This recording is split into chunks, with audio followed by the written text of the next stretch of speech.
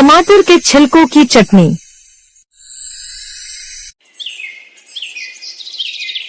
सुजाता, जल्दी जल्दी आज चला, ग्राहक आते ही होंगे। जी मालिक, बस सलाद काटना रह गया, 2 मिनट में हो जाएगा।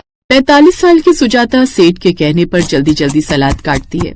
सुजाता सेठ के ढाबे पर कई सालों से खाना बनाने और बर्तन धोने का काम करती थी, जिसके बदले में सुजाता को वो महीने के 2000 रुपए और खाने को खाना दिया करता था।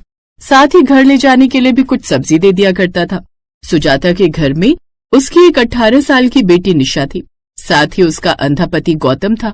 गौतम की एक रोड एक्सीडेंट में आंखें चली गई थी, जिसके बाद से घर की माली हालत खराब रहने लगी और अब सुजाता ढाबे पर काम करके अपने परिवार का पेट पालने लगी। आ गई माँ, आज बड़ी देर कर दी, खैर लो पानी पियो।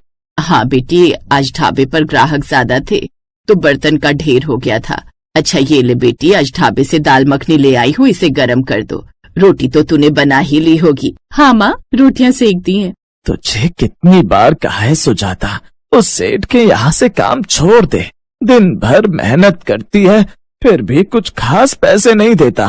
कोई बात नहीं जी, कम से कम उससे हमारी दाल रोटी तो चल रही है, उतना ही काफी है।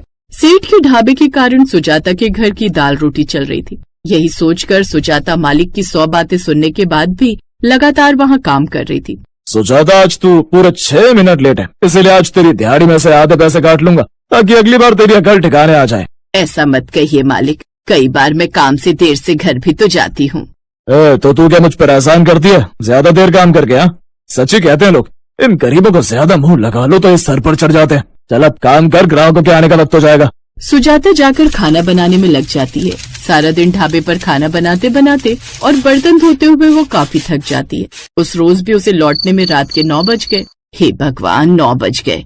उनके खाना खाने का भी समय हो रहा है। अब सारा काम खत्म हो गया है, जल्दी से सब्जी लेकर घर चली जाती हूँ। वैसे भी आगे सुनसान गली है, देर रात वहाँ से जाना ठीक बात भी नहीं। सेठ जी, सब्जी दे दीजिए, घर जाने का समय हो गया है। हाँ, भले ही सुबह तू लेट आए लेकिन जाना तुझे जल्दी होता है ना, ले पकड़। सुजाता जल्दी जल्दी कदम बढ़ाती है और घर की ओर चल पड़ती है। कुछ देर बाद वो घर पहुँचती है। ये ले बेटी सब्जी, तुम लोग खाना खा लो। मैंने आज देर से खाना खाया था इसलिए भूख नहीं है। मेरा सर भारी हो रहा है तो मैं अंदर जाकर लेट जाती हूँ। ठीक है माँ, तुम आराम कर लो। निशा जब उस लिफाफे को खोलती है तो उसमें सब्जी की जगह टमाटर के छिलके होते हैं।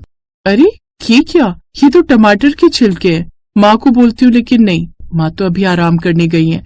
हो सकता है आज ढाबे पर सब्जी खत्म हो गई हो तो माँ यही